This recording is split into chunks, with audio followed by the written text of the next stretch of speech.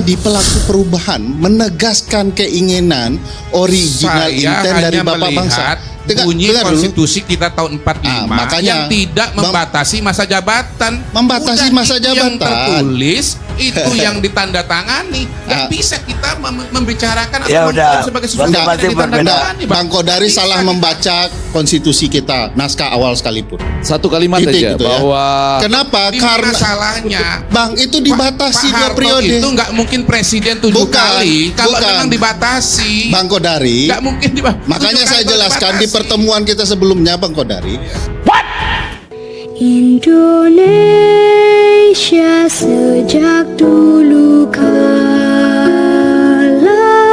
tetap dipuja-puja bangsa. Bukan kemudian menghidupkan konstitusi. Di negara-negara yang tradisi konstitusionalnya baik, demokrasinya baik, tidak pernah presiden itu menjadi wakil presiden. Kecuali mau mencontoh rada-rada mirip Rusia ya, itu bagi saya mestinya tidak dipilih oleh Indonesia, terutama penyelenggara Indonesia. Dan saya yakin mestinya seorang presiden tidak mau menjadi wakil presiden, karena bagi saya itu akan sinik publik ya, sinis begitu ya, melihat masa sudah sampai puncak kemudian mau jadi wakil presiden. Nah, ini yang menurut saya ketika presiden itu selesai, dia kan tidak pernah berhenti sebagai presiden. Dia hanya berhenti menjadi penjabat presiden. Presiden ketika itu. Dia selamanya akan jadi presiden, tapi periodenya saja yang disebut, tidak berkuasa.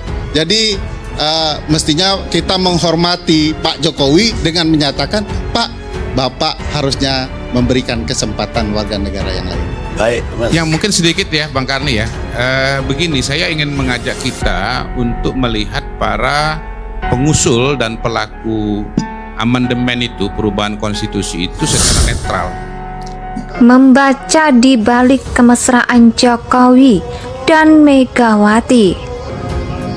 Ferry Amsari, pakar hukum tata negara, mengatakan walau tadi sudah dicontohkan, misalnya soal Pak Taufik Kimas, ya, yang kemudian cara pandang berbeda, tapi karena beliau sudah tidak ada kelompok-kelompok yang disebutkan oleh Bang Kodari tadi, tidak akan muncul terlalu liar. Pun tadi sudah dicontohkan misalnya soal Pak Taufik Kimas ya, yang kemudian punya cara pandang berbeda. Tapi karena beliau sudah tidak ada, kelompok-kelompok yang disebutkan oleh Bang Kodari tadi tidak akan muncul terlalu liar untuk berbeda dengan Bu Megawati. Boleh saya tanggapi sedikit Bang? Iya. Jadi maksudnya bukan bertentangan dengan Ibu Mega, tetapi mereka berebut pengaruh ya, berebut satu kursi agenda tadi dan yang gagasan ya, dan tentunya itu yang harus dikelola oleh Ibu Mega begitu. Ilustrasi paling nyata adalah soal Ganjar gitu. Menurut saya Ganjar itu bukan kontestasi antara Ibu Mega dengan Pak Jokowi, bukan. Saya sampai ke sana Bang, tapi tunggu dulu sebentar.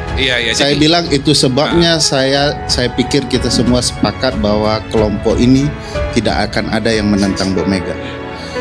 Jangan-jangan sebenarnya tidak seliar yang kita bayangkan komunikasi antara Bu Megawati dan Pak Jokowi, cuman sekatnya banyak ya.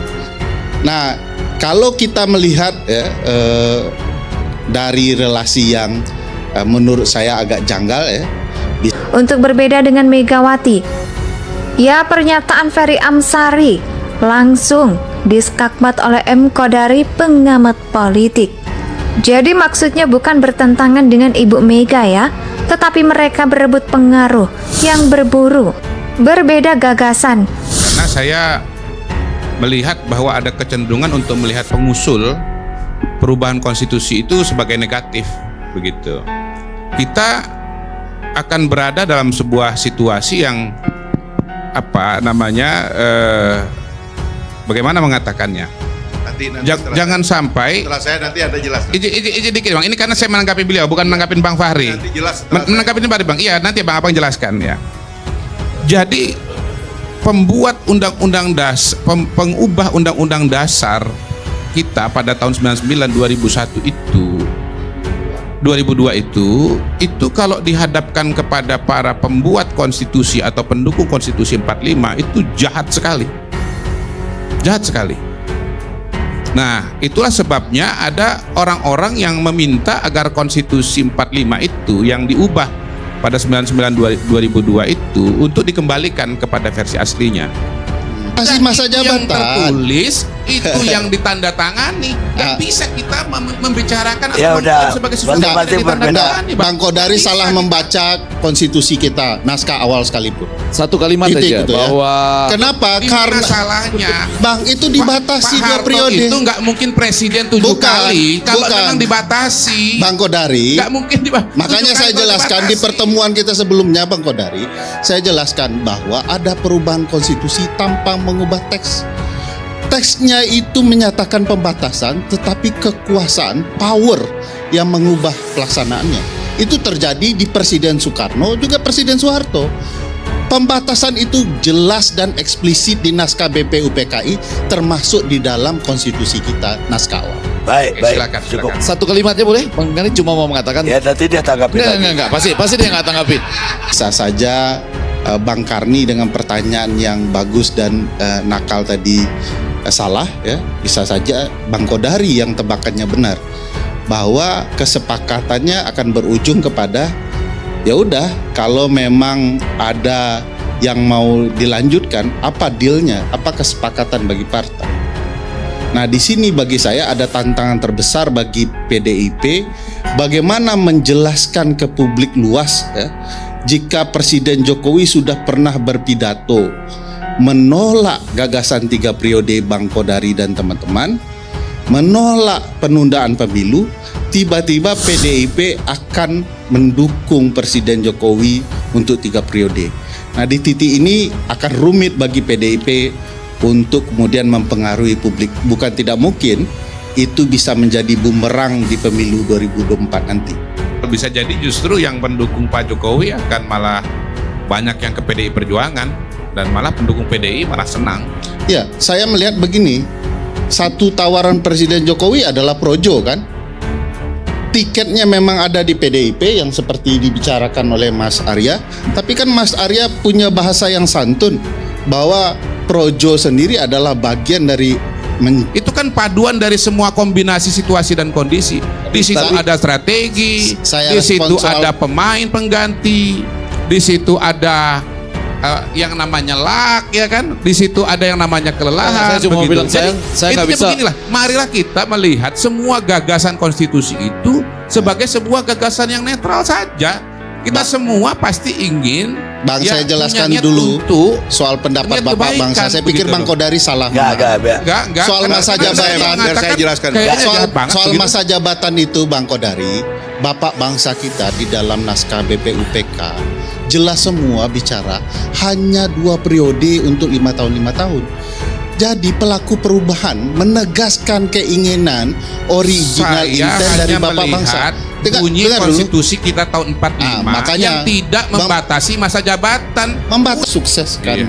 Jokowi. Jadi kalau pengalaman Karena saya Bang Ferry yang menolak gagasan 3 periode itu memang orang-orang atau kelompok-kelompok yang memang oposan terhadap Pak Jokowi. Iya. Sebaliknya yang mendukung adalah orang-orang yang memang mendukung Pak Jokowi selama ini. saya yakin tidak Justru semua saya Bang melihat Kodari. kalau ya Abang nggak bisa menganggap bahwa publik itu tunggal, Iya. publik itu macam-macam Saya- begitu. maka Karena saya itulah bilang- kemudian justru kalau makanya PDI saya bilang Perjuangan tidak semua, Bang mendukung Pak Kodari. Jokowi 3 periode, saya yakin suaranya akan double. Saya pikir tidak semua ya, tidak semua digeneralisir bahwa ini oposan Jokowi. Bisa saja orang yang berpikir soal menegakkan konstitusi secara baik. Ya, Kebanyakan, ya, saya makanya. bilang kebanyakan. Ya, bisa jadi kebanyakan tidak kan. Iya, sebaliknya juga Abang ketika mengatakan nanti publik akan menghukum PDI Perjuangan, belum tentu. Kan saya katakan tentu. bukan tidak mungkin ini akan menghukum PDI Perjuangan. Jadi jangan ditambahkan juga kalimatnya, bisa berbahaya maknanya kan gitu ya. Kalau ada gagasan Effendi Simbolon misalnya, kebetulan saya nonton Effendi Simbolon di media yang mengatakan bukuan dengan Pak Jokowi itu dalam konteks konstitusi kita bagaimana? Ya, Iya kan? jadi itu Nah, jangan sampai orang-orang yang mengusulkan perubahan konstitusi pada hari ini dan kemudian misalnya itu terjadi, itu dianggap sebagai orang jahat. oleh orang-orang yang mendukung amandemen tahun 99 2022.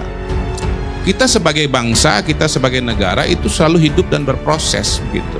Baik. Kita selalu berusaha menjawab tantangan dan situasi dan kondisi zaman. Soal amandemen di depan masa pemerintahan, di belakang masa pemerintahan, nggak bisa Anda klaim juga sebagai itu sesat, misalnya begitu. Ya, yang namanya proses politik, kebijakan politik itu ada yang namanya momentum begitu. Kita nggak bisa menentukan kapan gol kok terjadi dalam sepak bola. Bisa Bung Effendi Ghazali menentukan golnya itu nanti pada menit 45 gitu atau menit 30, nggak bisa. Ya, dan tentunya itu yang harus dikelola oleh Ibu Mega. Begitu ilustrasi paling nyata adalah soal Ganjar. Itu menurut saya. Menurut saya, Ganjar itu bukan kontestasi antara Ibu Mega dengan Pak Jokowi, ujar M. Kodari. Tidak hanya cerita konstitusi, tetapi juga tradisi tata negara. Iya, iya. Di dalam konstitusi kita dimungkinkan seorang presiden ya untuk kemudian turun menjadi wakil presiden. Mungkin ya. Dimungkinkan. Juga banyak contoh ya, gubernur tiba-tiba jadi wakil gubernur. Bahkan banyak menteri menjadi calon gubernur. Tetapi dalam adab berkonstitusi, dalam adab ketatanegaraan, apa yang terlihat boleh belum tentu boleh. Karena ada marwah dalam ketatanegaraan, marwah penyelenggara negara, bahwa kalau sudah sampai di puncak jangan turun lagi. Karena gagasan bertata negara itu kan membuka ruang bagi setiap warga negara, anak bangsa Indonesia untuk sampai di puncak yang sama.